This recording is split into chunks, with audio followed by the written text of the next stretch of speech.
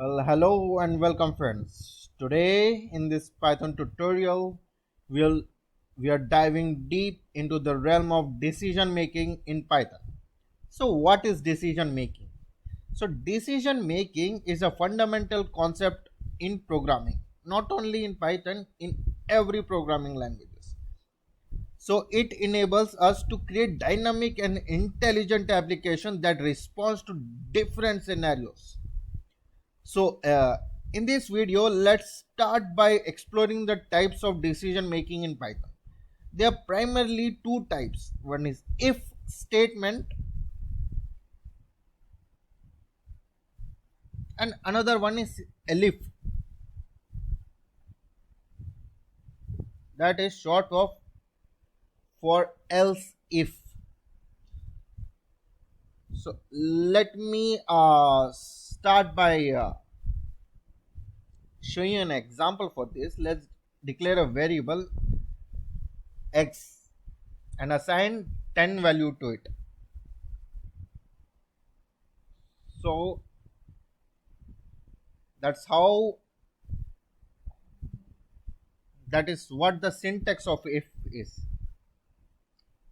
If is a keyword, so if x equals, if x is greater than 5, so if with the help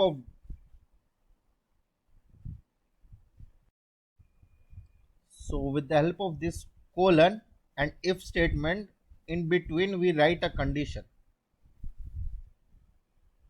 So it checks if this condition is true, then in next line it prints,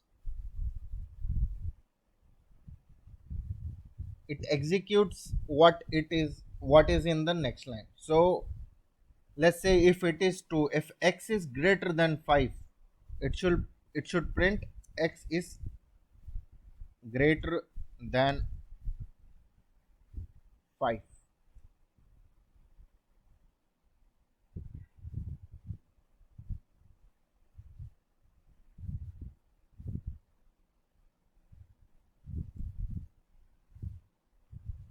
So to have next series of conditions, to add next series of condition in of if else statement, so we use elif, that is else if it is not true, then it goes to the next line, to the next condition, to check if it is true, if it is also true or not.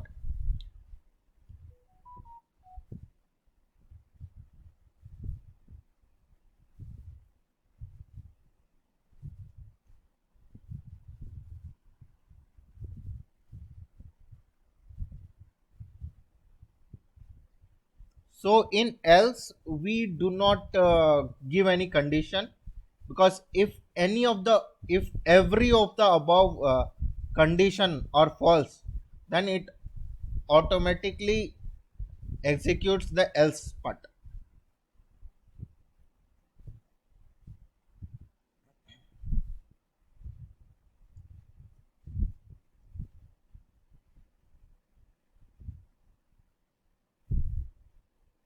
So let's run this.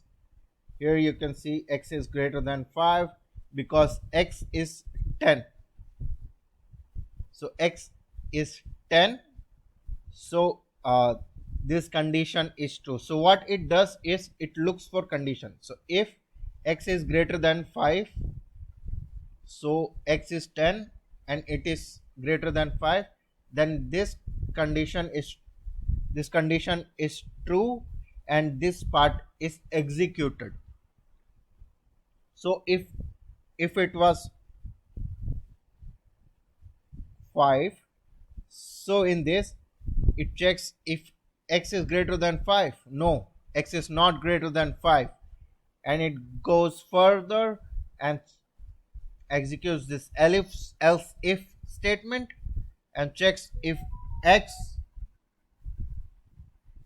is equals to 5, then this condition is true, so it executes this part. So let's take 2 for example. So here, as you can see, is x in this condition, is x greater than 5? No, it's not greater than 5, it's less than 5. So this condition will not be run because this condition is not true. So is x equal to 5? No, x is 2, it is not equals to 5 though. So this condition is also false, it will not include execute this. So it will go into the last part, else. See, if these both are not true, then it will run this part. So it have executed as x is less than 5. So this is it for elif. So here we can use that we are using if statement with elif clauses to check multiple conditions. If first condition is not met, it checks the next condition defined in elif and so on. So decision, that's it for else if. So further decision making often goes hand in hand with loops, so allowing us to iterate over data and make decision based on certain conditions. Let's see for example. So let's declare a list numbers, give it a value, give it a random value, that is 1 2 3 4 4 5. So let's run a for loop for num in num.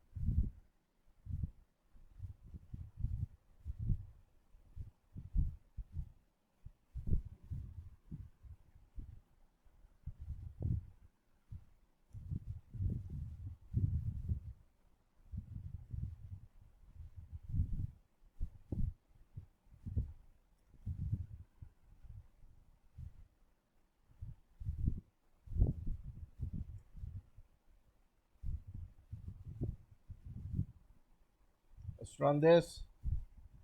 So as here you can see, we have defined a list numbers in square braces. That's 1 2 3 4 5. Now here is our list in this statement. So if we are declaring number num, which is a variable that is assigned each value of numbers, that so in our first iteration num is 1 2 3 4 5. So when num is 1, so it checks if it is even. This is the condition to check if the number is even. Now if it is false, then here you can see in it have printed out the else statement. So as you can see here, if number is 1, this is false. It have printed out this because 1 is not even. So here you can see it have printed out that 1 is odd. So num is assigned to the value of 2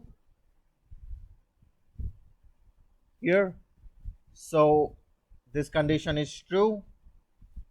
So here you can see it have printed out even and so on.